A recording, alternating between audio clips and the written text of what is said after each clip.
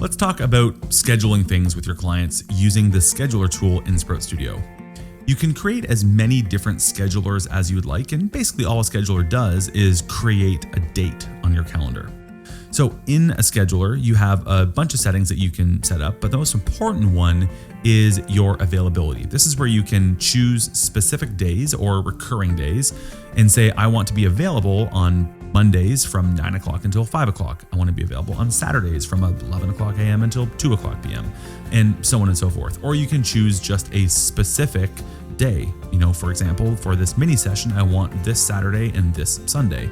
Or for these kinds of meetings, I only want to be available on Tuesday evenings. So you can set this up, and this is why having multiple schedulers is really useful. You configure your availability in the scheduler itself. In addition, there's a whole bunch of settings that will affect how your clients can book you and when they can book you and what time slots are opened up to them. You can do things like having booking windows, which is what can your client actually view on your calendar? So can they only view 1 month at a time? Can they view indefinitely into the future?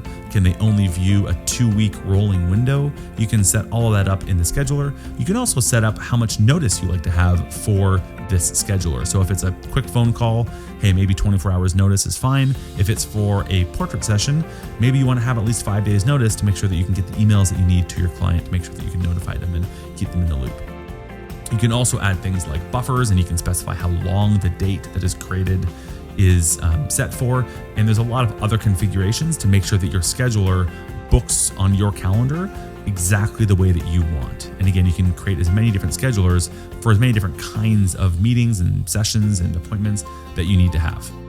Now, once you book a scheduler, your client can technically view the front end of that scheduler and book time on your calendar. But of course, the scheduler will always double check your Google Calendar if you have Google Calendar hooked up.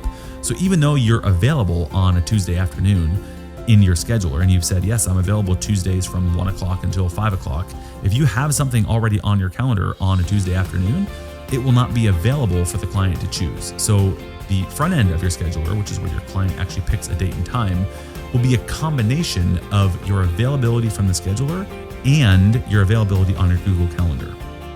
And so once your client is walking through that scheduler on the front end to pick a date and time, they will pick a date, pick a time, and then whether or not you have the scheduler set to auto approve or manually approved, the date will be either proposed if it's manually approved or created if it's auto approved.